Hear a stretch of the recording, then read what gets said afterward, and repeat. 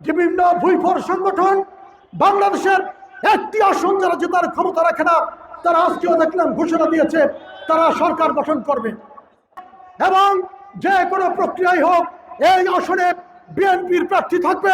সংগ্রামী বন্ধুরা, বিগত 17 বছরে এই গলাচিপা 10 মিনার কর্মীরা বরিশাল, পটুয়াখালী, ঢাকা এমন কোনো জায়গা নেই যেখানে গণতান্ত্রিক সংগ্রাম করার জন্য তারা রক্ত দেয়নি, জীবন দেওয়ার চেষ্টা করেনি, ঘাম শ্রম অর্থ ব্যয় করেনি।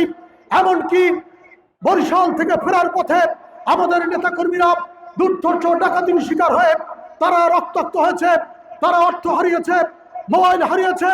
জীবন দেওয়ার জন্য তারা প্রস্তুত ছিল। আমাদের লক্ষ্য ছিল শেখ হাসিনার পতন হলে একটি অবাধ এবং নিরপেক্ষ নির্বাচন হবে। এই গলাচিপা 10 মিনায় মানুষের ভোটে যদি বিএনপি নির্বাচিত হতে পারে তাহলে এই অঞ্চলে মানুষের ভাগ্য ফিরাতে পারবে। নেতা কর্মীরা গত 46 বছর ধরে এই অঞ্চলে নির্বাচন করেছে, কিন্তু কাঙ্ক্ষিত লক্ষ্য অর্জন করতে পারেনি, বিজয় অর্জন করতে পারেনি।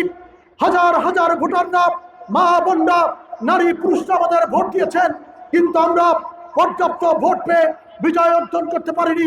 সেটি আমাদের দুর্ভাগ্য বলতে পারেন। কিন্তু আজ যখনই আমরা একটি বিজয়ের দ্বার প্রান্তে রয়েছি, নতুন করে ষড়যন্ত্র হচ্ছে।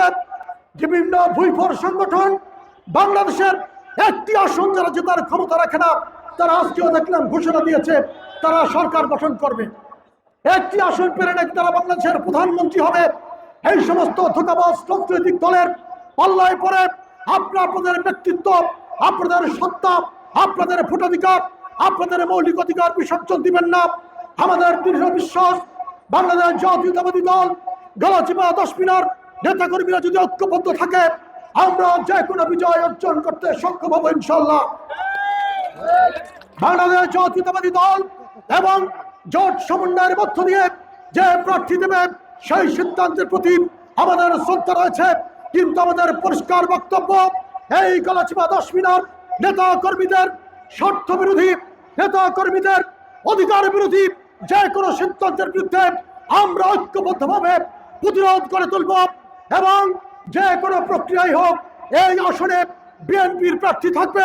যদি আপনারা মনে করেন আমি হাসান মামুন অযোগ্য প্রার্থী, অজনপ্রিয় প্রার্থী, বিএনপি থেকে যে কোনো প্রার্থী দিলে তার নেতৃত্বে আমরা নির্বাচন করব, কিন্তু কোন ভুইফর সংগঠনের নেতাকে ভোট দিয়ে বাংলাদেশের জাতীয়তাবাদী দল গলাচিপা 10 মিনার নেতা কর্মীরা, সমর্থকরা 1 মিনিটের জন্য সহ্য করবে না। সকল প্রকার ত্যাগের বিনিময়ে তাদের বিরুদ্ধে প্রতিরোধ করে তোলা হবে। সংগ্রামী বন্ধুরা, প্রশ্ন আসছে যে আমরা নির্বাচন করব কিনা। দলের সিদ্ধান্ত, জোটের সিদ্ধান্ত যাই হোক, এই আসনে বিএনপির প্রার্থী থাকবে এবং থাকবে ইনশাআল্লাহ। যদি কোন রাজনৈতিক দল এখানে জনপ্রিয় মনে করেন, জামাত ইসলাম আছেন, ইসলামী আন্দোলন আছেন, যদি গণ অধিকার এবং গণফোরাম যে কোনো রাজনৈতিক দল যদি এখানে নির্বাচনী বৈতরণী পার হতে চান, নিজের দলের ক্ষমতা বলে করতে হবে।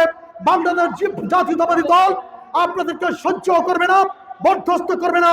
জাতীয়তাবাদী দল দলের বাইরে কাউকে একটি ভোট দিয়েও তারা জীবনের ভুল করবে না।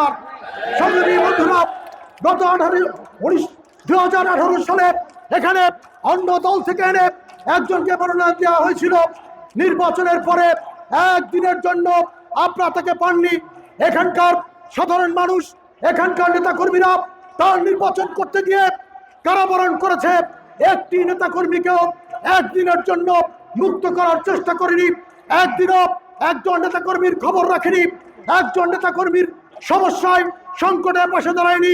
সুতরাং গলাচিপা 10 মিনার নেতাকর্মীরা কোন ভারতের নেতার পিছনে আর 1 মিনিট, একটি ভোট, একটি স্লোগান ব্যয় করবে না।